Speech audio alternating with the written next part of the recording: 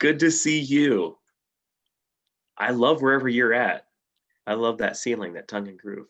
Oh, that's our it's my house. It's like a sun porch area. It's cool.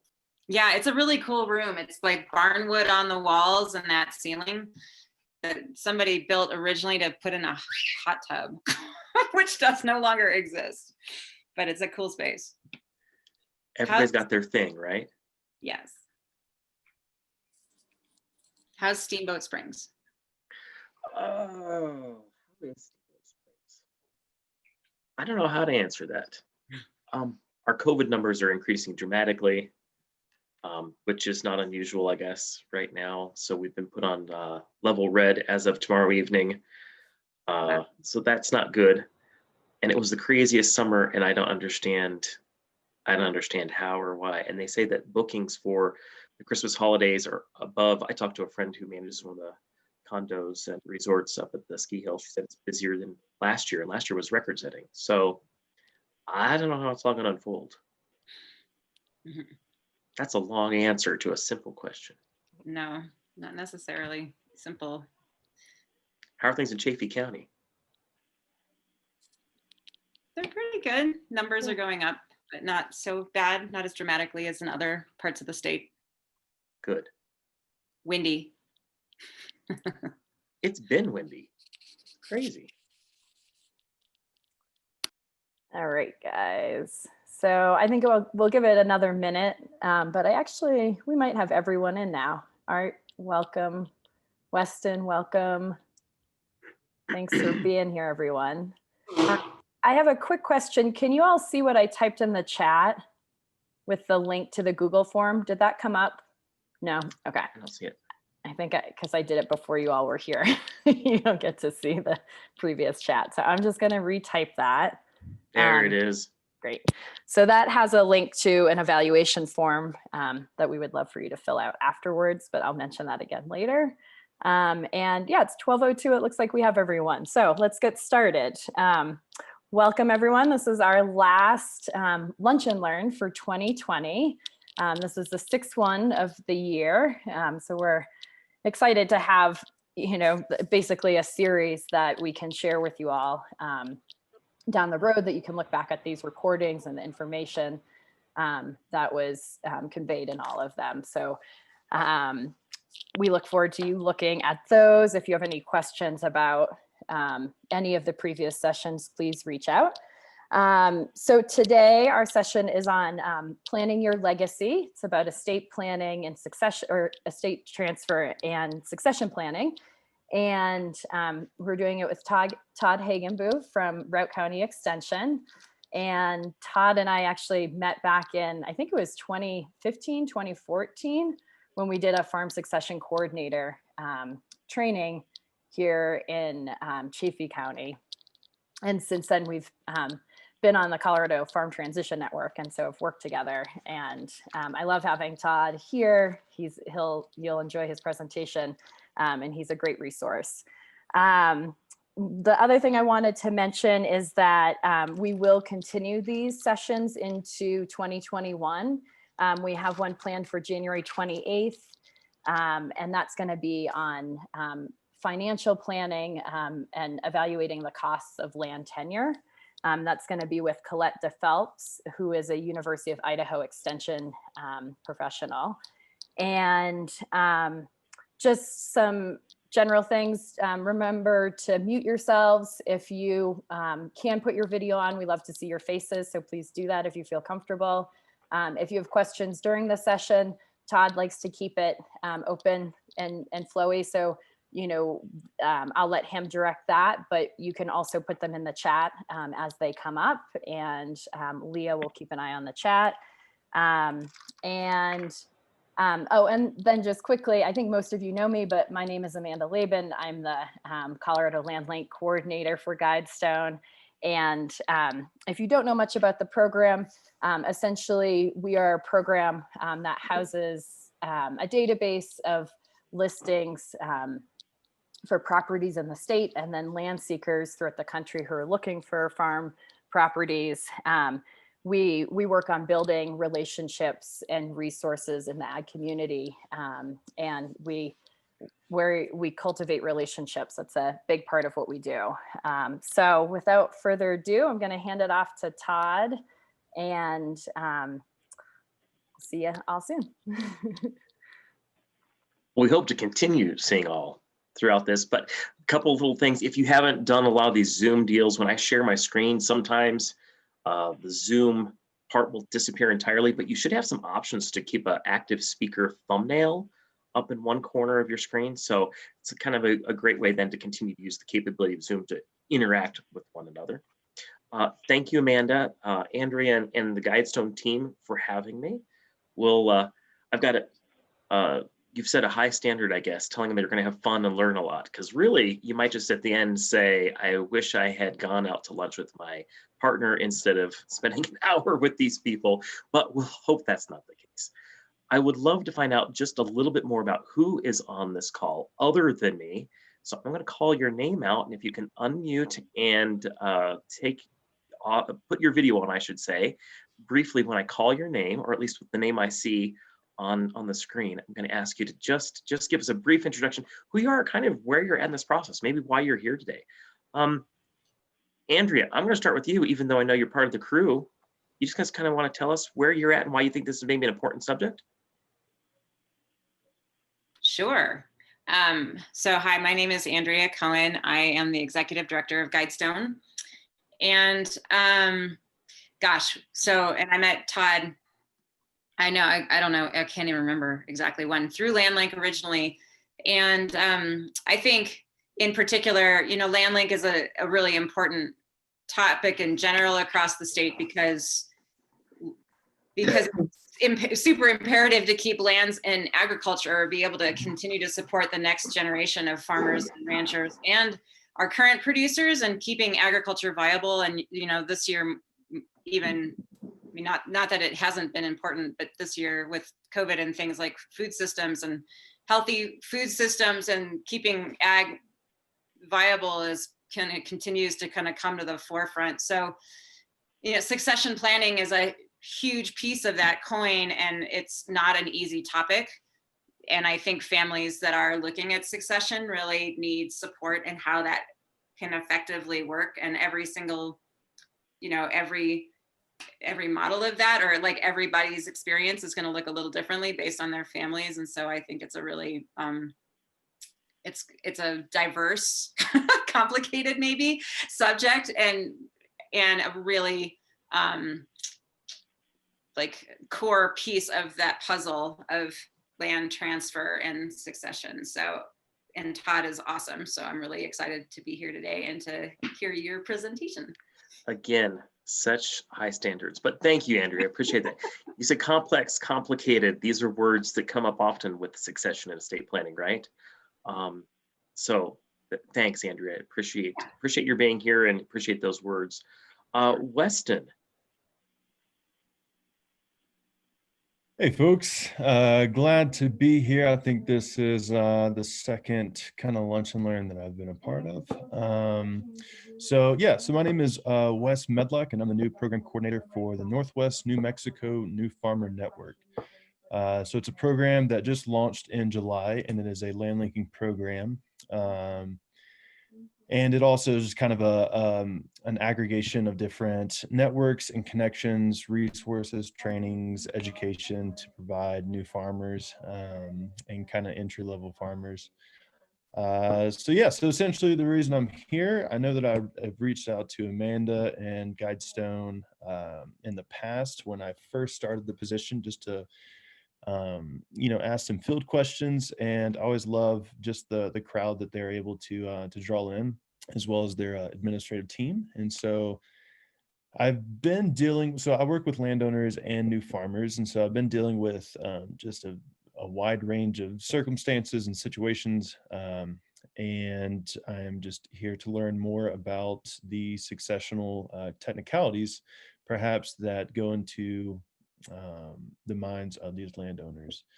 And so we're actually about to perhaps initiate the first linking connection It's not a successional kind of estate transfer, but there's a couple of new landowners that have come across my radar that this kind of will directly pertain to. Excellent. So yeah, so I've only been in the position for about 4 months, still learning a lot. I'm a sponge, and looking forward to this. So thank you for setting this up. This is helpful. Glad to have you here, Wes. Looks like you could have been a great day, at least here, to have taken that fly rod off the wall and gone fishing. Yeah. So we're glad you're spending it with us instead. Next week. Yeah. Okay. Good morning, or I should say good afternoon, Art. Good afternoon. Good. I think I'm unmuted. You are. Okay, good. Let's see. I'm here in Salida. Guidestone and the ranch are kind of tied at the hip because of the homestead that they are operating for us as a not-for-profit. So I get to see these folks quite a bit, and we interact, and think it's a good symbiotic relationship to have, an active ranch and then an active agriculture education program that, highlights that. So that's some of the success stories going on here in the central part of Colorado. Our ranch itself, we homesteaded it, and we're in about the 152nd year, I guess, of one family doing that, which is kind of unusual in Colorado, but it's getting harder because Salida is growing, much like most of mountain communities that have a lot of attributes such as rivers, skiing, hiking, biking, and second homes, and all those things that go with what's going on in the state of Colorado. We still run about 125 to 150 mother cows, and we put up hay that basically we feed to them. And then my daughter Abby, who couldn't be on the phone, is the manager of it. I'm retired, but now I'm just a free volunteer. So but I grew up on the ranch and all that, so I know it very well. We have pretty good water rights, and this year we were able to grow a pretty good crop of hay. This year, Good for you guys. according to the weather forecast, El Nino, I think, is coming, and that means drier and warmer down here, which means less hay maybe to feed, but we have to have a good snowpack to keep everything going. This year, one of our summer pastures, the stream dried up, and we had to bring the cows home early, which we didn't want to do because that's your fall feed. Then we found out that the sale barn closed here in Salida for the first time in about 100 years, or whenever it started.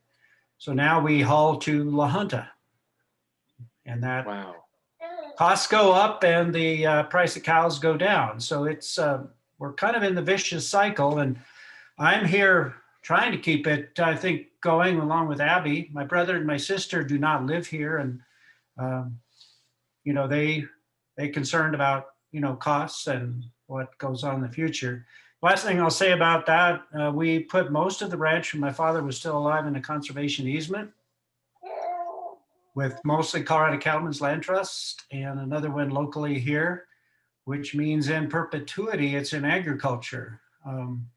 Second homes are all around us, and we spent half this last 2 weeks getting cows out of a subdivision because they've never fenced it. So those are, these are not unusual issues in the West, but it affects us, like almost daily. And I think that's all I'm going to say. I'm just here to see what you have to say and try to pick up some more ideas for succession planning, because I know I won't be here forever. So that's kind of my story. I appreciate it, Art. People might wonder, well, what do those cows getting into the subdivision have to do with succession planning? It has a lot to do with succession planning. Yeah. Does somebody else want to take on the lake? What are those externalities that are impacting you guys? So I appreciate bringing that up, Art. And I see next person on camera, it says Rue Graham. Quick introduction and why you're here today?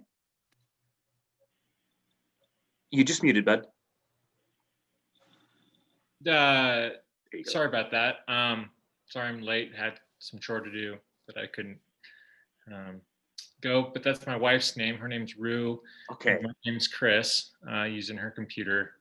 And we run a small vegetable urban vegetable farm here in Castle Rock, and we are looking to grow out somewhere in the West. And we've been doing that for 3 years, and it's worked out well. My wife is a teacher, and I used to be a teacher, and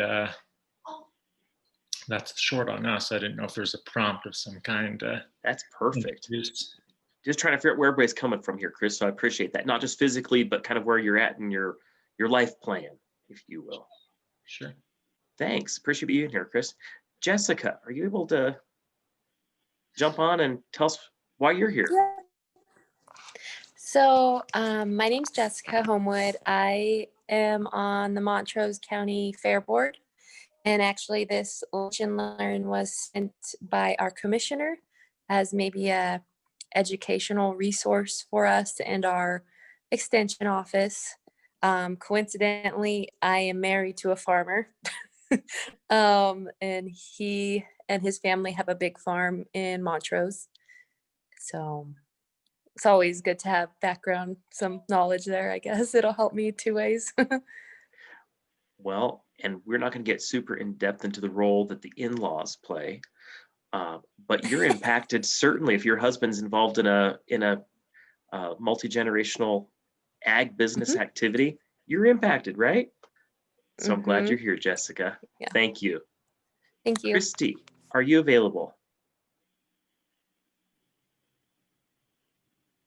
Yep, I'm here. Very good. Hi. Welcome. We're up in Boulder County, and we have a flower and herb farm, and been doing this for a long, long time, and I'm looking for any kind of ideas and resources we can find for succession planning. Our oldest son wants to be in the business, and then the question is how. Very good. Very good. That's a big question. It's a big how, isn't it? It is. Okay, well, Christy, thanks. Hopefully you'll get something out of it.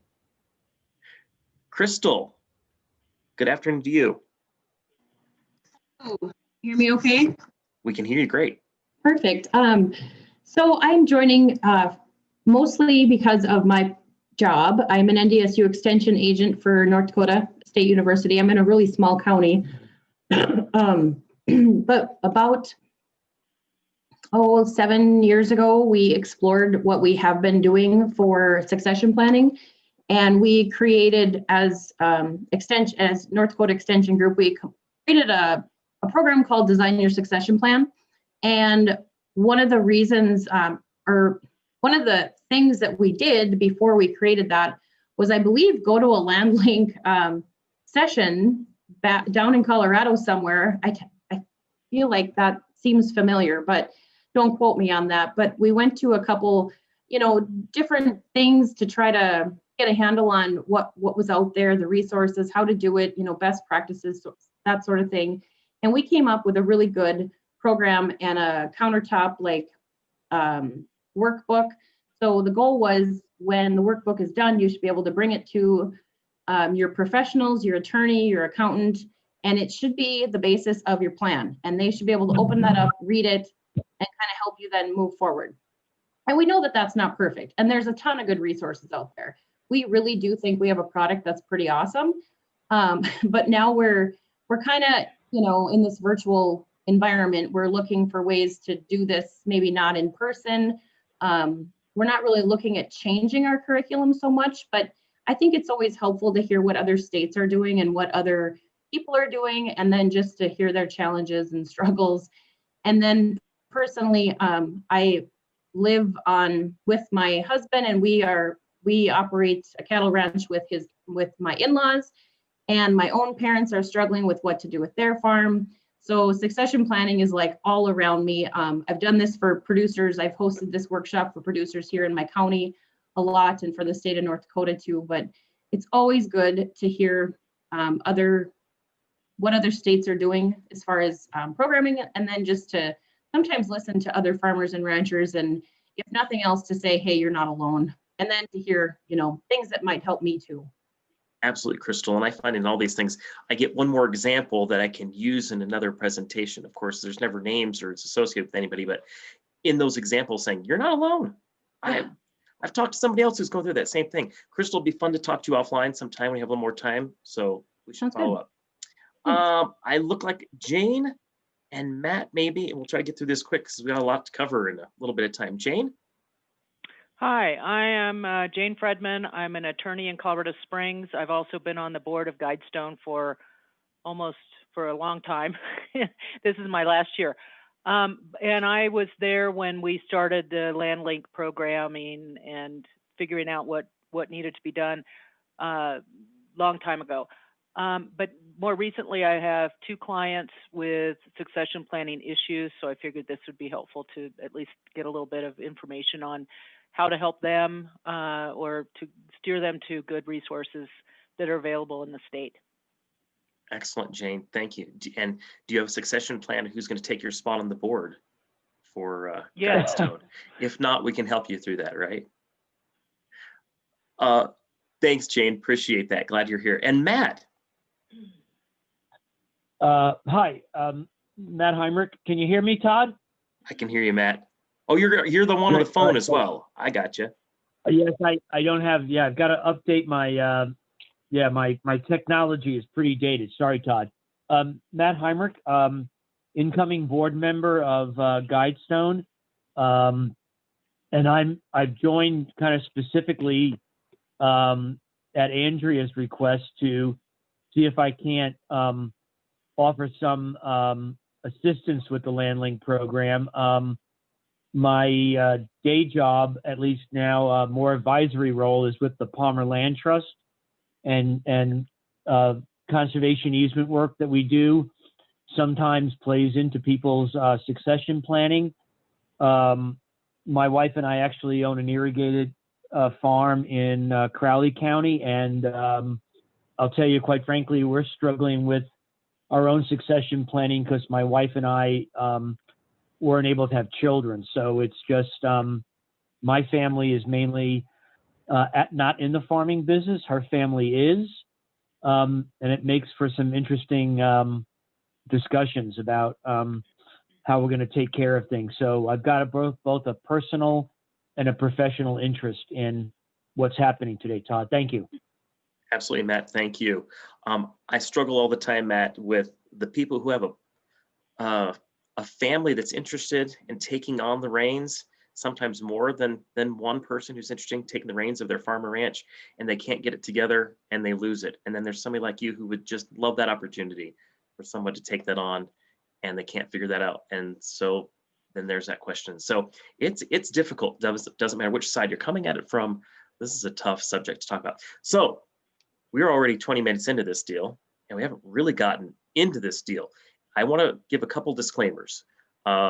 First, if you're looking for answers, this is maybe not the right presentation for you, because everyone's answers is individual. And so what we're really going to talk about today are the questions that you need to be thinking about as you go through succession planning. And I know we've got people who are just trying to start, and I know we've got people who are more on the end, if you will, of their path here on succession. And hopefully these will be good questions for all of you. So I'm going to start sharing my screen. Everybody can see that?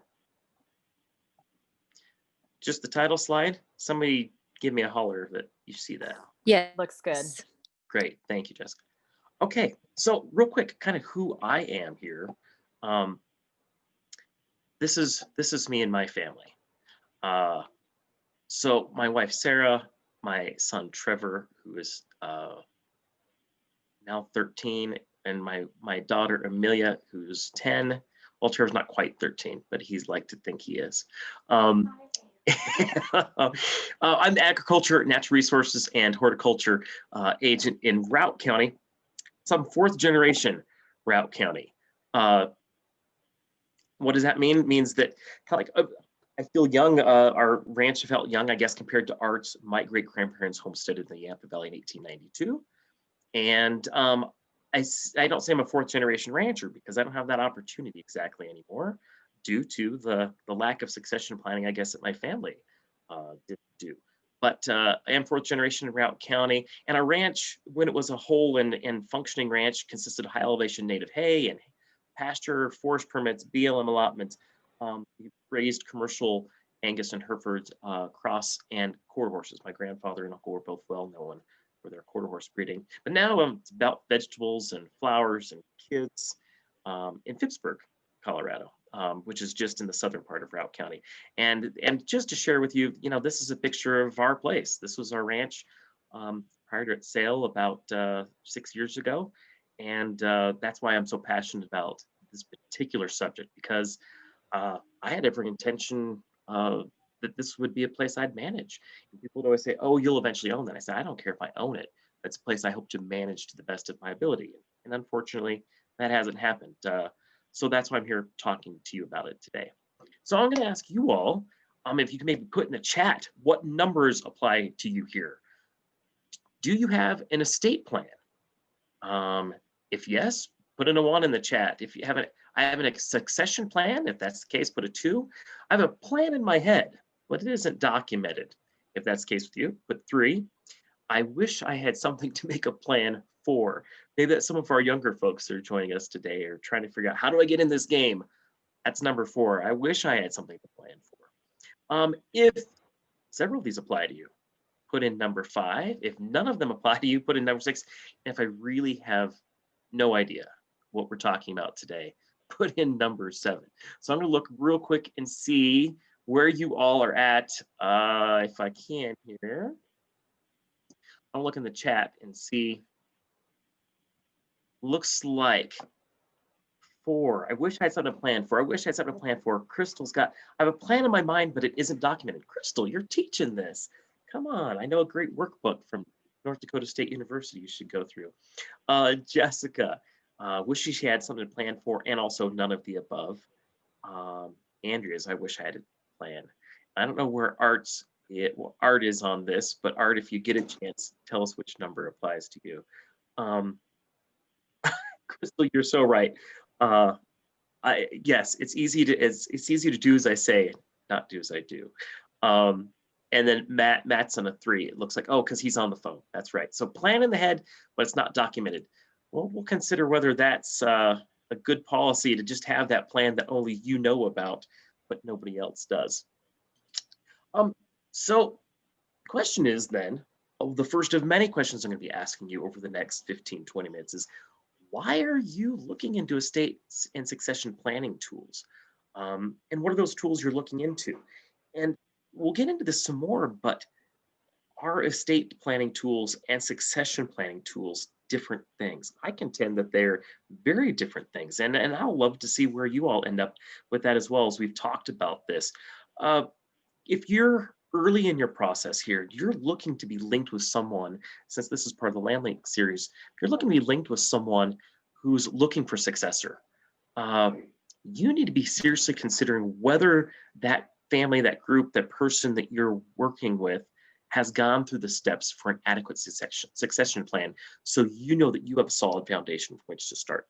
And if you're on the other end of that Land Link transition, you owe it to yourself, your family, and the person that you're inviting onto your place to potentially manage it well into the future, to have a solid foundation from which to start from. And so we're going to talk about the questions you need to be asking yourself, your family, and those around you. And those are maybe those other things that you need to be asking. Are there other things that I need to be considering here as well? First question I'm going to have for you all, and this is really, again, I'd love to have hours with you in person, and if you were to go through the Leaving a Lasting Legacy program with Jeff Turnell with CSU Extension, myself, or any one of our other folks in Extension that present this is a whole day conversation that we have. So boiling it down, I just want you all to think about this and refer back to the slides that Amanda's going to share with you later. Come back and ask, how do I define what my ranch is or my farm? And then also, how do I define the business? And are there maybe multiple businesses that I'm considering? I know on my place, I considered the business, there was a business, a commercial cow-calf operation. There was a quarter horse operation. There was a hunting operation. There was a fishing operation. And they were all very distinct businesses in my mind. Now, My uncle who managed the ranch and my grandmother who owned the ranch, they saw it all as one thing. They could not separate those out. How do you see that? What is the business? What's the ranch? What's the farm? And where do those things intersect? And then, as or more importantly, what do you define as family? Is that you and your partner? Is that the generation prior to you? Is it the generation that's coming next? Is it a combination of all those things? How many generations are we talking about? Are there people that are so close to you? A longtime ranch or farm manager that's been with you for decades, are they now part of the family? How do you define that? You need to know that before you start down this path. And then how do you also define that estate plan? We'll get more into that kind of, how different people put different parameters around what you consider your estate plan. And then also your succession plan. And is that a succession plan for the ranch, the farm, the businesses, all of the above? Are you looking for a multi-generational plan? Is that something still different than an estate plan or succession plan? Only you can answer that, but consider that. Or are there other things that we should be considering? I'll try to keep the chat open a little bit as I can and see if you all have things you want to throw in there. Please do so as we're asking these questions. One of the things I think that people really struggle with is trying to figure out what they're trying to pass on. And so here's something that I think you should consider as you're going through this process. Is this a process that's designed to pass on the wealth I've accumulated, or am I passing on value and values? And are there ways through different processes to pass on more than just the property, the real estate? That is a very simple transaction. You can sell real estate. You can pass it on through will. You can create an LLC, C Corp, an S Corp, a limited partnership, limited liability corporation. I mean, all these different things. Those are tools to pass on real estate or property, typically done in an effort to avoid inheritance taxes. But that's just passing on wealth. Do you want to pass along values as well? That's a question only you can answer yourself. Is there a different way of passing on the stuff? We'll talk a little bit more about what that stuff is. And then there's also wealth. There's other than your tangible property and the stuff, do you have other items of wealth?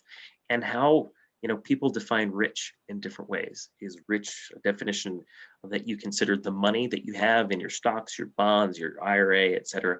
Or is the wealth the feeling you have about your farm or ranch, the stories, the history, and all that encapsulates? Another thing to ask yourself, am I planning for death or am I planning for life? It's interesting to think that there is a real difference in that. If you're planning for death, that's what an estate plan is for. An estate plan is for what's going to happen to your holdings upon your death. If that's what you want to do, then that's absolutely how you need to approach it. You need to approach it by going to the lawyer, figuring out an estate plan that then takes care of those assets that you have upon your death. And that's when it happens. Or are you planning for life? And is that about making your heirs? Then you have to consider, is this about making my heirs wealthier or accomplishing my goals as their current owner? And are those compatible? Sometimes they are, sometimes they aren't. But we'll talk about better ways to make those things compatible. Some concepts to discuss. So I think Amanda had it in kind of my bio that she put out, that my 4-year degree from CSU is in farm and ranch management, which is about, the cattle, the soil, the rangeland management, the animal nutrition, all that sort of thing. But my master's is in management. And that was a degree I got at Regis University. It was interesting to really talk about why businesses, and this is not just any for-profit business, but businesses, nonprofits, et cetera, are structured the way they are and why they put into place the things they do in order to ensure that they persist into the future, regardless of who's at the helm.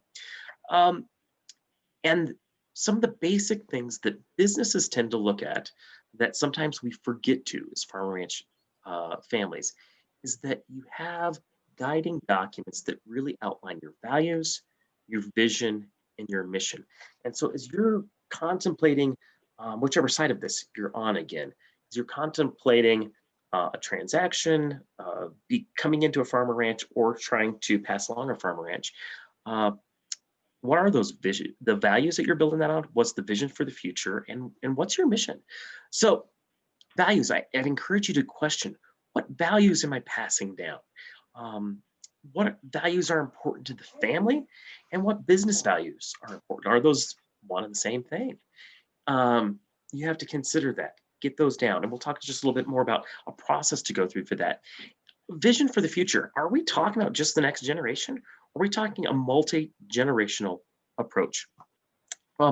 Interestingly enough, my grandmother, as she went through her estate plan, again, because there wasn't a good succession plan, what was she looking at? Now, I know she talked about multi-generations, and certainly as her grandson, I appreciated that. But what was on paper did not lend itself to a multi-generational transfer. So what is your vision? I know that my parents, the part of the ranch that still remains in the family, my mom has, and she's made sure that my sister and I aren't even part of the equation. She's passed it on directly to the grandchildren because she wants to ensure that it has multi-generations to look at. What works for you? Are you looking at multi-generation, or are you just looking to get it to the next generation? And then as a family, I can't tell you how important it is to talk about a mission statement. Does your family have a mission statement? That thing that you can look to and say, okay, like any business, do we know that what we're contemplating now fits into the ultimate mission of our organization, being our family? And then, do you have a mission statement for the business? Are those one and the same? They can be. Are they different? Does your family have different goals than the business should have? And then how can that, by doing that process, going through creating a mission statement, how can that help facilitate generational planning? And how does that become kind of the hallmark for what each generation needs to look at in order to figure out where they fit into this process? And as you're figuring out values and vision and mission, concepts you really need to discuss is, how do we as a family and as a business, again, those being potentially two different things, how do we evaluate decisions? How do we make business decisions? Are we a family that runs a business, or are we a business that happens to be owned by a family? Again, two different ways of looking at that, and that very much influences how you make the decisions. How do you make family decisions? We'll talk a little bit more about the process again here, how to go through family decisions being different than business decisions. How do you make those? And then how do you make those estate and succession decisions? Who's involved? What does that process look like? All those things need to be considered. Then it's our governance structure. Any good business has a governance structure with policies in place that help you carry out that vision and that mission. Does your family have that? Does your business have that? That can help you understand and then deal with the dynamics that every family has, every business has, and how can you minimize the negative distractions, if you will, as you try to move forward and following through with that vision and mission. And that can be as simple as lining out, if we're going to spend X number of dollars out of the ranch account, who needs to be involved in that? What is our policy on that? Certainly, I'm sure Andrea could say, or if you're a board member of Guidestone here, you have policies in place that say, if we're going to take on a new program, if we're going to expend money and hire a new person, we have a policy in place that indicates that the board has to be brought in at what level, how we manage that, and then who's responsible for evaluating that program, that person, as we've gone on.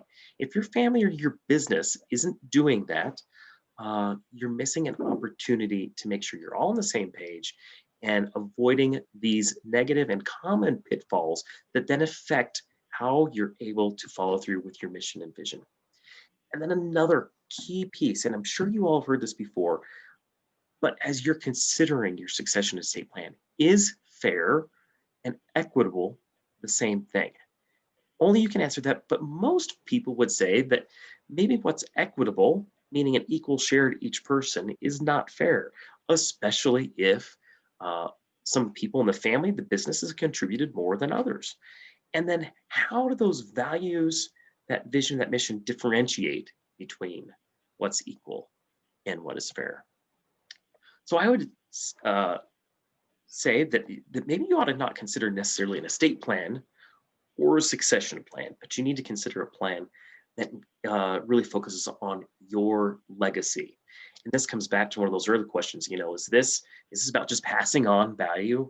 And when I say value, I mean wealth, or is this about you as the current owner passing that along?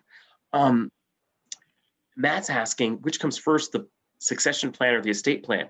Matt, I'm going to answer that as we go through this, this kind of the step, how to create a legacy plan, which again, isn't either, but it's kind of both, and really focuses on 4 pillars of communication, and communication being one of 4 pillars, though, to really create a plan that encompasses all of this. So this Leaving a Lasting Legacy program was developed in conjunction with University of Wyoming Extension and Colorado State University Extension. Rod Sharp and Jeff Turnell are CSU Extension employees, and John Hewlett, I believe, is with University of Wyoming Extension. I haven't had an opportunity to meet him. Certainly, I've worked a lot with Rod prior to his retirement, and work currently with Jeff Turnell. This is akin to what Crystal was talking about that they've done in North Dakota. And Crystal will be interested at the end of this to hear how this relates to your legacy planning document that you talked about. But this is a book and a series of classes that I'm really just introducing the concept to you today, because again, we don't have time to answer all the questions in a half an hour lunch and learn series. But if you're intrigued by this, these links right here on the right side, this will be of course available from Amanda later. This is to the Western Region ABM page, which is getting reworked. And I'll show you this real quick. These resources that I'm talking to you about are going to be updated soon, at least through CSU Extension. But here's where we're talking about. This is the Ag Business Management website for Colorado State University. And you can see a Lasting Legacies online course, both 1 and 2. And then this workbook that we're going to really just quickly go through how that steps you through a legacy plan. And then all these other online courses. Again, this website is being redone right soon. So if you should come to this link and it shouldn't work, it's because we've migrated it. Hopefully it will redirect. If you're not able to find the CSU resource, know that they're all here as well at the University of Wyoming. If you were to go into their Department of Ag and Applied Economics and look through their programs, you'll see that all of these classes are offered down here. Same people. It's with Rod, John, and Jeff. Lasting Legacy Course 1, 2, the workbook, all laid out similarly. So I want you to know that that's where you're going to find what we're talking about here, that information. So I'll come back to our presentation here real quick. So as we look at those 4 pillars, what are those and how do we go about them?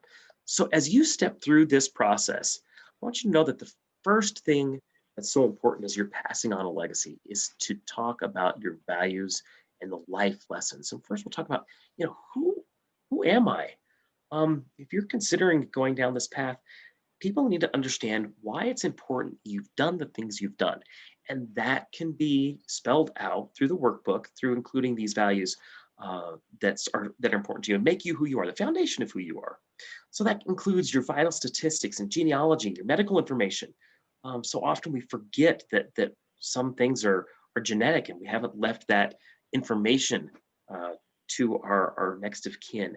What are some of the favorite things that you really loved? What made you who you are? What your education was? Were you in the military? Your beliefs and your traditions?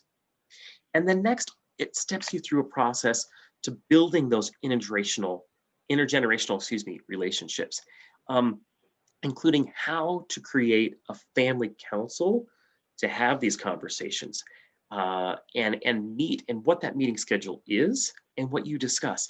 And then again, the family decisions being potentially very different from the business decisions. How do you function and create family business meetings that get you through to a common goal of making that business profitable, sustainable, and make it work into the future? And what are those rules and policies for each? And then should there be conflict, which inevitably there will be. And again, if we had a day-long presentation, we talk about all these things in more detail, including what those conflicts potentially are and how you resolve those. But this part of the workbook helps and lesson helps you work through how we do all those. And then, again, I want to go back to how important it is to have a different mindset and approach to family issues and business issues. What's, what the process is for determining when maybe it's time for mom and dad, or in this case yourself, if this is where you're at, to go into assisted living, is probably a very different conversation than a business decision that needs to be made about the cattle market, as Art was talking about, that we're getting winter drought. Here are our options for marketing the cattle this year. Here's what we need to get rid of. How many replacement heifers do we keep, etc. Very different conversations. You need to have a different set of rules surrounding those different conversations. Part 2 of the legacy workbook here walks you through how to transfer property and the thought process that really needs to go into those decisions before you make a transfer, and how to choose an advisor, both legal, accountant, facilitator, all those sorts of things. What your personal plans are, what's important, and then inventory of title property. People don't think that title property and those personal possessions should be handled differently than just throwing them in the will. I know that my grandmother had a very definitive idea of where she wanted some things to go. She placed a different value, certainly, on the glass vase that had come from her mother-in-law versus her car. Now, the car was a titled property and on the books worth more, but it wasn't worth anything more to her than that glass vase. But in the end, when she changed her will at the last minute and wrote it on the back of a napkin, if you will, that said, "I give all my possessions to this person," all of a sudden it was all equal. Go through the workbook and make sure that you say who gets yellow pie plate, who gets the lamp that was great grandma's, et cetera, and then also the title property. Does that go back into the business or do those go to individuals? And then the third and fourth pillars, which people really spend the most time on, and here I've lumped them together. So that should be a pretty good indication that passing on those values and those life lessons and those personal possessions is where people get hung up. We don't spend enough time talking about those things. 3 and 4 I've got lumped together here. They're important, but this is when you just run to town and get an estate plan that's focused primarily on transferring wealth and avoiding inheritance taxes.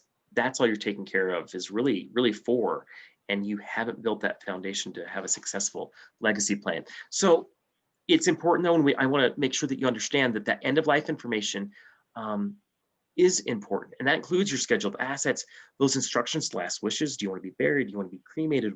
Where is that supposed to be? Families argue about that stuff. Make it easier for them by outlining that. Who you want to be notified of your death, who's to say what. Don't leave it to a conversation that inadvertently you have someone write the eulogy that you didn't want to write the eulogy. Important things too, like your passwords. Right now we live in an electronic age, and if you have all of your assets tied up with the bank or your financial institution that's all protected by passwords, let somebody know where those passwords are so they can get into it and help manage that. Who's to take care of the animals? Where are the wills? Where's all this important paperwork? This workbook walks you through that. So if you want to leave a legacy, which again includes succession and estate planning both, and really creates a package that the people after you can follow, we're here to help you. And I say that too, if I was a young person looking to make a land link relationship with someone, I would want to ensure again that they've gone through this, so I'm set up for success. And let me say that too, I'm giving you tools to online workshops and to the big workbook, but there are other people that can help you. And Amanda talked about this earlier. Then that's really this Farm Transition Network, which we are kind of loosely affiliated group, if you will, of people that are passionate about this subject and really want to make sure that people go through this in a way that honors all generations and honors what they want to see happen with their legacy. And it's really about extension, our nonprofit partners like Guidestone and LandLink, select attorneys who understand that farm and ranch situations are different. That while I've talked to you about separating the family from the business, then in reality, it's darn hard to separate those things. That the table you sit at to have the business meeting is the same table that you're going to sit at for Thanksgiving dinner. And so finding an attorney that helps, that can understand that and has that agricultural background, and accountants that function similarly. And so if you want help helping facilitate that legacy plan, someone that can help sit around the table with you, your partner, the next generation, or if you're that next generation and you say, you know, I'm not sure we have this figured out. I've seen it, you know, Jessica, as you're sitting kind of in that next generation and looking to your husband's family and saying, oh my gosh, do they have this all worked out? You can be the one that makes that call and say, I know that we could go to the attorney and say, we need an estate plan, but that really we want to build a legacy plan and not something that just passes on wealth, but helps us ensure that this is going to be a multi-generational approach to the passing on. Let us know, reach out to Amanda, reach out to myself, and then we can help facilitate those conversations and help you work through the workbook. I will tell you that I've worked with a couple families now that have said, even before their succession and estate planning, maybe they're bringing on a new lease. Maybe the sons, in one instance, one son was married and they're trying to figure out how they were going to manage the ranch with the other son, and the conversation I helped facilitate.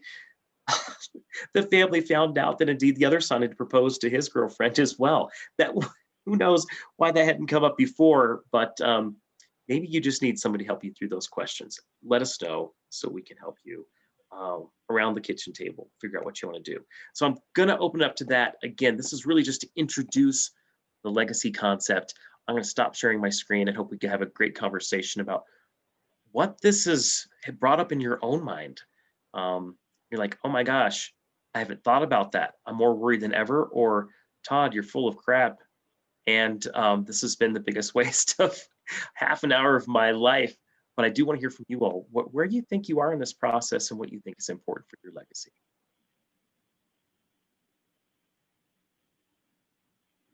I'm going to call on somebody. Matt, I'm going to call on you first. You asked the question in the chat, which comes first, the succession plan or the estate plan?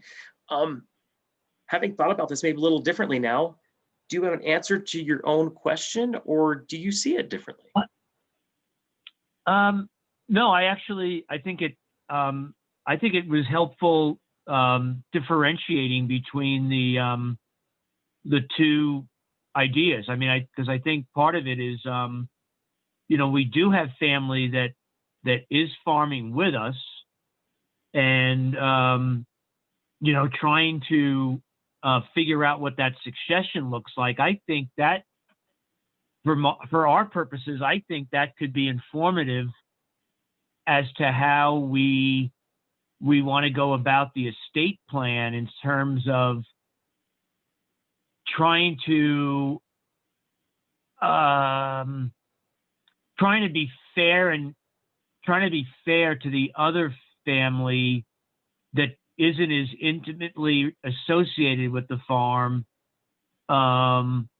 and recognize that, you know, that they're part of the family, but then still, you know, I think be able to, you know, continue that legacy, because it's really my wife's father who started the farm, and you know, that was the beginning of kind of what we've been able to put together over the last 75 years. And I think that legacy is important to my wife and I. So I think actually this was really helpful in just trying to get get it straight in my mind. I think, planning for death is one thing. I'd rather right now plan for life, and that seems more fun, and how that can help. So I think that was really helpful, Todd. I like that. Okay, good, man. And they are different, that planning for life, planning for death, right? Oh, yeah, no, absolutely. I think, the death planning is, me and my wife making sure that we have long-term care insurance and, have a few bucks in the bank in case there's a train wreck. The life planning is a lot more fun, I think. Absolutely. Absolutely. And seeing that legacy live on. Art, I see you've unmuted. Yeah, I came out of the dark. Yeah, yeah, we appreciate that. Thoughts or observations? If one thing I took from this, and this is something that's bugged us a long time, fair and equitable, because when you're here 24/7 versus siblings who are third owners and they're not here, and you hear back from them, well, you're having a grand old life there on the farm, and I have to make a living. Well, I had to make a living too, and then I retired because I'm older. And so that is a real bugaboo for us to get over, is how to, and it may require a day-long seminar. I'm getting that or more. We've had a couple of these, but we never seem to get over this hump that I and my daughter, who is the manager, and we're having the time of our life. And they are working their little tail off in Anchorage or Durango or wherever. And you go, yeah, it's the time of my life. All right. So I think that's the one that kind of came home to me. I have to really think more about, and I know it's an obstacle to get over, and I'm not sure how to get over it. Art, it's interesting. I got to be careful what I say, because the ag world is small. So I always want to give you examples without telling you who I'm talking about. When I'm working with a multi-generational family in a different county than mine, and it's interesting, 6 kids, and mom and dad, prior to the Obama administration, they were fairly well convinced, maybe for good reason, that estate taxes were going to change, and they immediately gifted the ranch equally to each of the 6 kids, right? Correct. And you can imagine now that we're getting along towards dad's 91, mom's 80, situation where things are about to get real, and they realize that this thing is split 6 ways and yet still trying to operate as a whole ranch. And as I've met with each of those kids and talked about where they're at, Art, they hit that very thing, and this is what I hear from all these families. You had opportunities I didn't have, and you've got the better end of the deal. And it doesn't matter which side they're on the farm or they're off the farm. They both look at each other and say, you got the better end of the deal. You had opportunities I never had. And they're both right. The kids that weren't asked to come back to the farm really longed for that and didn't have that opportunity. The kids were on the farm, said, my gosh, I got stuck with this. You had opportunities to go out and have a different life. I never had that opportunity. And they're both true, but somebody's got to sit down and facilitate that conversation, right? And get you over that hump. Because as you said, how do you move forward if you don't address that and figure out that there's a path forward? Yeah, so that's exactly our problem right now. And so any suggestions you have, we can do that offline if possible. And, I'm looking for that magic magician that can, pull the rabbit out of the hat and maybe the calf out of the cow or whatever. Figure it out. Absolutely. Absolutely. I want to be respectful of time. I've used your hour now. It's 1 o'clock. So if anybody needs to get off, feel free to do so. But if you want to stay on and continue the conversation, I would welcome that as well. Amanda, are you comfortable with that? Yep, absolutely. And if you do have to go, I just want to say thank you to Todd. Thank you to you for attending. Feel free to reach out either directly to Todd if you have that information. Todd, do you want to just put your maybe email in the chat? Is that okay? Do you mind doing that? Absolutely. And then, or you can reach out to me and I'll get you in touch with him. recognize that Todd is really busy and this is something that people ask of him a lot. And so it doesn't mean don't reach out. It means just be patient, because it can take a lot of time just to create the space to be able to have these conversations, especially if this is, a family situation where you're trying to get people to the table. But yeah, thank you. Thank you so much, Todd. That was super helpful. And Todd and I talked earlier about staying on and chatting. So with you all, if you have further questions, because we know this is such a big topic. And then 2 last reminders. We did put Crystal's workbook from North Dakota in the chat. Hopefully you saw that link. There's a lot of great resources there. And then if you could fill out the evaluation form, I'd love it. The link is there. I'll send it out with the recording as well. We'll send you these slides of Todd. So yeah, I think that's it.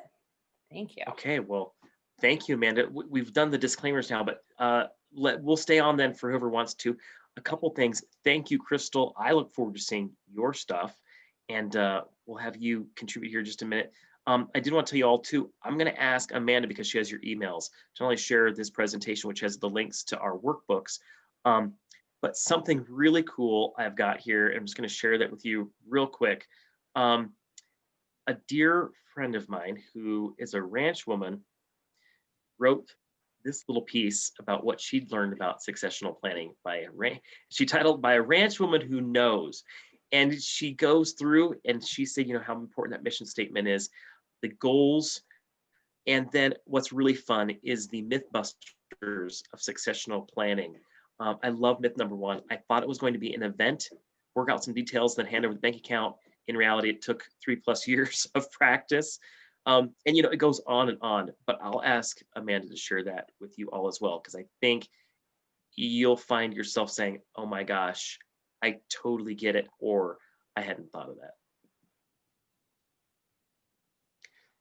Crystal, I'd love to hear from you. Is this a similar concept to what North Dakota State is promoting, or how different is it? So I haven't looked at it in a while, but that cover that you shared, I feel like that was one of the better resources that we really looked at, and we drew a lot from that. They're not replicas of each other. I wish we're all working remotely, right? So all my crap is in my office, but I feel like that was one of the better ones that we had looked at for just how did you guys structure it? How, we didn't do anything the same, but it's very similar. I really like those resources. Excellent. And the goal is really because estate planning is pricey. If you don't have a concept of what you're going to go in for. Yes. You just show up at the lawyer and say, give me an estate plan, and they have to step through all this with you. Well, let me back up. The good ones will step through all of this with you. Yes. And not give you prescription before they find out the symptoms. But these books do give that opportunity to work through the symptoms, the issues, the problems, so you have a unified voice before going through. So, well, exactly. We were finding that everyone just wanted to come to our classes, hear from the professionals, and then ask very specific questions and not do the legwork, not sit down with their families, not talk about the goals, not talk about the vision, not talk about the things. And so what we were doing back in 2010, it was really pointless, and no one was doing anything with it. So, what you talked about today was sitting down and doing those, walking through those steps and whatnot. And that's what we focus on too. And then we charge for the workshop and for the materials, obviously, but part of the premise for doing that is this is going to save you thousands of dollars in the end if you work through this before visiting the attorney. Absolutely. And the other thing is we have an attorney here, or not an attorney, I don't know what he calls himself, here in North Dakota. And it doesn't matter who you are, where you're from, what you're doing, how many kids, how many family members, he has a plan for you. And that was like, stay away from this guy. His universal plan for everybody is not, everybody should have a unique plan. So. You're absolutely, that's all about transferring wealth and avoiding taxes. Yeah. And they work, but they work for death, one Mhm. death. Exactly. Wes, any observations as you're starting down your path here? Was any of this helpful for people that you think you're going to come across in your LandLink program and working with? Yeah, there's one or there's probably, yeah, I'd say 3 individuals that are landowners, and their values probably are more important to them than the wealth aspect. Um, um, and so framing it as kind of the legacy aspect may kind of be a little bit more appealing as far as the verbiage that's kind of communicated to them. Um, I would like to ask you, what would be the appropriate time to bring an attorney into this process? Like, how much dialogue needs to take place before you say, okay, let's bring some technical legal considerations into this? I'm going to give you the answer that applies to all of this is it depends. I've worked on a couple of cases where, we really are able to step through a lot of this before you bring an attorney in, and at least get through and get kind of a plan, and then we can bring in the accountant, and the attorney to say, okay, here's what's plausible, here's where we might have to fudge a little bit, and then kind of put that together. The really complicated situation with I was referring to the 6 kids who already own it. The attorney had to be brought in pretty early. Like right after I got in, I realized there are so many questions here. I mean, it's more complicated than you can imagine. There are, because some have gotten land, some have gotten shares, some have gotten land without reduction of share. I mean, blah, blah, blah. We'd bring the lawyers in real quick to try to figure out where we even were, let alone where we were going. So it depends is a terrible answer, but it really does. Right. Okay. And I guess question 2, what are some of the key titles of paperwork that would be involved in an estate plan or successional planning process? Like, so what are some of the key cornerstone documents that should be on the radar for these landowners to consider completing? Well, there's all the things related to the real estate. So all the titles, the water rights, the well rights, all those sorts of things. Then there's the potential items that the business owns that could be titled or not, but the vehicles, the trailers, then all the things that aren't necessarily titled, but important to the business continuing, the tractors, the equipment, all that sort of thing. Things that have value that may be owned either personally or by the business. I'm thinking like your REA shareholder agreement, when the REA, because a lot of these people still have REA membership, stocks, certificates, all that sort of thing. But then there are those things that are really important from the personal side. But again, we're always mixing in farm ranch families. And those are the basic things like power of attorney, medical power of attorney. Is that durable or is that upon incapacitation, living will, all that sort of thing.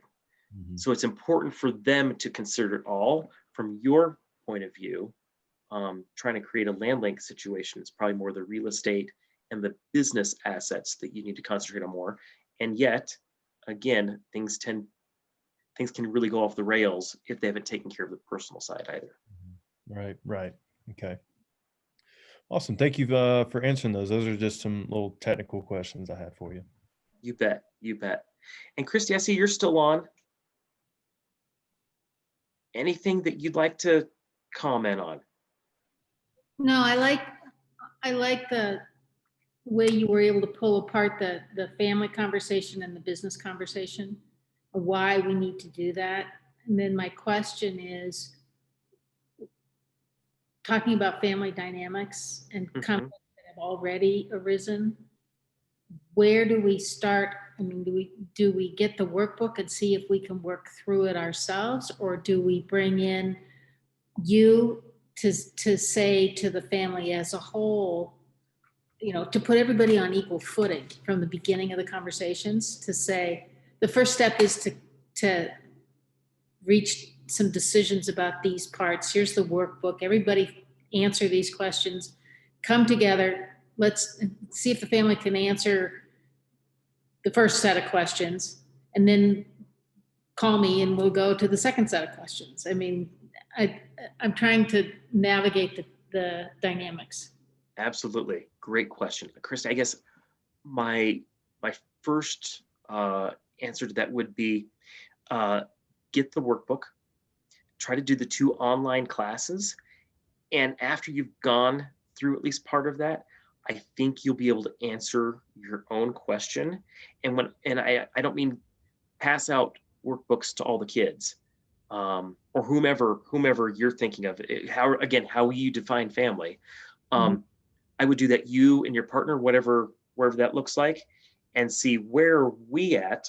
Let's make sure we're in agreement and try to go through that. And I think you'll answer then, okay, are we on enough the page, and do we understand the pitfalls enough that we can do this ourselves? Or is that when you call and say, hey, Todd, can you facilitate a conversation with my family? And then, and not just me, but if it was Amanda or whoever else would sit down with each of your family members and really walk through where everybody's at, and then bring you around the table and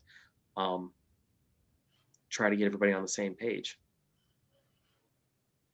Great. That's what I needed, was, you know, where to start. Yeah. Yeah. Good. It's so interesting because it's really clear how important it is to separate the business of the farm from the farm. And, you know, sometimes we work really well together in that defined place. And sometimes, you know, my husband slips and he can't see a distinction. It's all one and the same, and it's all him. You know, and here we are, 60 plus years old, and it's time to plan. I totally get it. And what's amazing when you say 60 plus years old, you know, and to think you're the average age. Yeah, of a farmer. Yeah. There's another issue too, right? Exactly. And I know that Chris got off, but I was thinking, you know, like, we've got these young people who want to do something too. Christy, I think you'll find really interesting the myths of succession that I want to share with you. My ranch woman said, myth, I'll be able to walk away after I've done this and be perfectly comfortable with it. And she acknowledged, like, oh my gosh, retirement for a rancher is hell. Well, I mean, that's the truth. You know, complaining about how much work it is, but never choosing to do anything else, right? And not being able to express a desire to do anything else. Exactly. It's become your identity, right? Yeah. It's who you are. Exactly. And talking about letting go of it becomes threatening when it isn't about you personally to begin with. You know, it's the business, it's the family, it's how do you want it to continue, but it circles back to this very core emotional, personal thing. Absolutely. Well, Christy, if misery loves company, you've got lots of good company. Oh, super. In a pandemic, under red alert. Yeah. Well, this is really, really helpful. Good. Thank you. And I did, Art put a couple questions in. Hey, Art, if you've got the ability, why don't you email me and we'll figure out if we can have a conversation later. Is that cool? Yeah, that's fine. Can you hear me there? I can. You bet. I look forward to getting something from you. I sent you a couple messages there, and I think you could be of help in the workbook. And it's funny that this weekend, my brother and my sister are going to have a quarterly conversation about this, and I've sent them other messages to join, and they're too busy, and I'm getting scared. So yeah, I'll email you, and work through Amanda or whatever on that. So thank you so much for your time today. I appreciate it. Sounds great. I appreciate you all joining us. Amanda, do you have anything else you need to add before we let go? Well, Matt asked a question, but he's gone now too. And so maybe he had just said, in your opinion, what traits make a good executor? Oh gosh. I mean, that might be something we could share if you can right now, but otherwise. Yeah, I will say that real quick. One of the things I think that makes a good executor is a person. This is tough because oftentimes we choose the person in the family who also, good or bad, stands to benefit one way or the other from our plan, right? I have found that it's best and encourage people to find an executor, somebody who's totally neutral, unbiased, and will make sure that your wishes are followed through with. I actually have been asked by a local ranch woman who questions whether her kids are going to be able to get through this if I can be the secondary. She's got a lawyer who will be the executor, executor. Sorry. And if that lawyer should go out of business or retire, whatever, I'm the second. Because she knows that I have no dog in the fight, and I will make sure her wishes are followed through with. So if you have that person or can find that person, it's worth paying for if you've got a lawyer you trust or some other person that would follow through. That's great. Goodbye, folks. Thank you very much for your time, all of you. Yeah. Thanks, Art. All right. Christy, so good to see you too. Nice to see your face. Yeah. And maybe Matt's still on the phone. Well, I had to drop off the I had to go do something, so I stayed on the phone listening. Well, I had to leave my computer, but Todd, thanks so much. I think that's actually that was something else we were kind of thinking and kind of struggling about as well. But I think that's good advice, because you're right. Everybody that you think about that's close to you ends up kind of with a dog in the fight, right? And even if they're as objective as possible, someone can point a finger at them and say, I'm not sure you're as objective as you should be. And Yep. you don't want to put a loved one in that position, right, Matt? No, it's not a good place to put somebody that you love and want to take care of or do something for. You don't want to put them there. No, it's a good idea. Thank you. Yeah, you bet. Okay, great seeing you guys. That was great. Okay, yep. Matt, thank you, sir. Okay, thank you, Todd. Thanks, Amanda, everybody. Bye. You bet. Bye. Chris.